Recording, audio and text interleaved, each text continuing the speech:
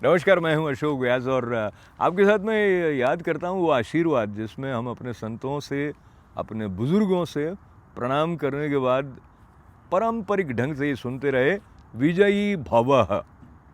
विजय हमारे जीवन में महत्वपूर्ण है। हम कोई कार्य प्रारंभ करते हैं, उसमें जीतना चाहते हैं। हम बात सुनते हैं अपने मन को जीतने की, हम बात सुनते हैं अपने आप को जीतने की। जीत क्यों इतनी महत्वपूर्ण है? इस संदर्भ को लेते हुए जब हम अपनी संस्कृति यानी भारतीय संस्कृति की बात करते हैं, तो भारतीय मनीषियों ने कहा है कि संस्कृति की परिभाषा क्या है? जो एक साझी स्मृति है हमारी सामूहिक जीत की, वो संस्कृति है। एक बार फिर से सुने, जो हमारी साझी स्मृति है हमारी सामूहिक जीत की, उसको लेकर संस्कृति बनती है।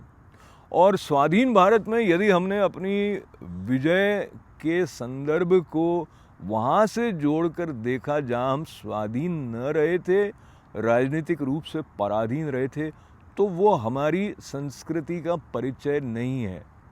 तो सांस्कृतिक भारत के उत्थान की दृष्टि से एक महत्वपूर्ण कड़ी 5 अगस्त को राम जन्मभूमि शिला पूजन के साथ जो प्रकट हुई, उसको लेकर जो उत्साह का भाव था, वो सिर्फ भगवान राम में आस्था को लेकर ही नहीं था, बल्कि भगवान राम को लेकर जो हमारी सांस्कृतिक चेतना में फिर एक बार विजयी भव के आशीष को सामूहिक रूप से चरितार्थ होते हुए हमने देखा, हम उसके साक्षी बने।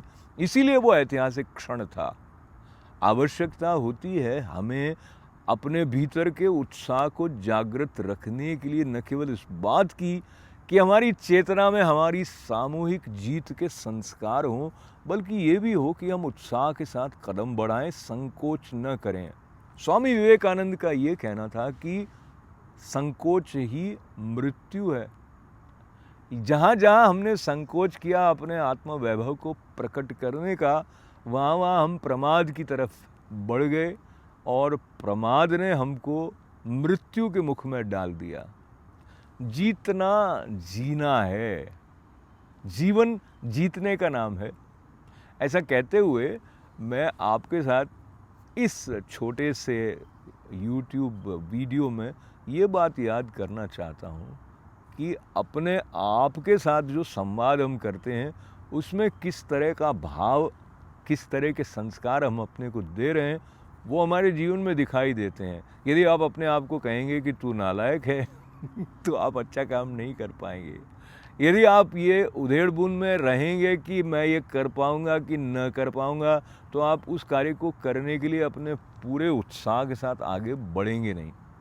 और इस दिशा में महत्वपूर्ण हो जाता है और प्रासंगिक हो जाता है वो लोग जिनकी बात हम सुनते हैं, वो हमें अपने बारे में क्या कहते हैं, क्या याद दिलाते हैं। यदि वो कहेंगे कि नहीं तुझसे होगा नहीं, तू बेवकूफ़ है या हम जो कार्य प्रारंभ करना चाहेंगे उसके न होने के 25 कारण गिना देंगे, तो हम वो कार्य करेंगे नहीं, कर नहीं पाएंगे। इसलिए न केवल अपने प्रति सही सही बात कहने के लिए सजग रहना आवश्यक है, क्योंकि वो आपका सत्य है। प्रत्येक मनुष्य को जन्म देने वाले ने कुछ विशेष प्रतिभा और गुणों से संपन्न किया है। प्रत्येक वनस्पति में किसी प्रकार की औषधि बनने की क्षमता है और प्रत्येक मनुष्य में कुछ ऐसा विशेष प्रकट करने का मादा है जिसको लेकर वो इस जगत में आया, और ये सारा श्रेय सृष्टिकर्ता का है। पर अभी बात को समाप्त करने से पहले एक तो हम अपने बच्चों को क्या कहते हैं? हम अगर उनको ये कहते हैं कि तू नालायक है, तू जीवन में क्या करेगा, तो उसका जो अपने प्रति आत्मविश्वास है वो कम होता है। इसी प्रकार के भाव को लेते हुए हम अपने दोस्तों, साथियों या अपने सहकर्मचारियों के साथ जो बातें कहते हैं उनको, वो उनके अचेतन में संस्कार के रूप में कहीं ना कहीं जाती हैं। इसीलिए जो हमारा उत्साह को बढ़ाने वाला भाव है, उसको आज के क्रम में विशेष रूप से जब हम हनुमान जी जो परम भक्त श्री राम जी के हैं उनका स्मरण करें, तो ऐसा प्रसंग आता है कि एक समय उन्होंने छलांग लगा के भगवान सूर्य को भी अपने मुख में डाल दिया था, और वो बात बाद में वो भूल गए थे। तो किसी प्रसंग में उनको ये याद दिलाया गया कि तुम्हारी इतनी क्षमता है, तो आपकी अच्छा कार्य करने की, अपनी शक्ति का सही सही उपयोग करने की जो क्षमता है, उसको न केवल स्वयं अपने आप को याद दिलाते रहें, बल्कि सजग रहें कि औरों को भी निराशा की तरफ धकेले नहीं, उनको उनके बारे में नकारात्मक वचन कहें नहीं, और सकारात्मकता सांस्कृतिक दृष्टि से सनातन संस्कृति का प्राण है। इस बात के साथ सबको अपनाने का भाव, वसुधैव कुटुंबकम का जगाने वाली भारत माता को नमन करते हुए फिर एक बार उत्साह बना रहे।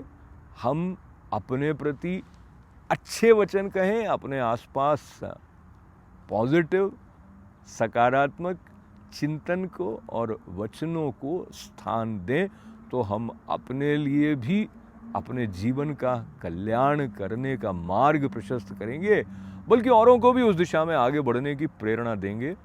और अंततोगत्वा पूरा विश्व और अधिक स्थिति की तरफ जाए, उसमें हमारी कुछ महत्वपूर्ण भूमिका होगी, हो रही है।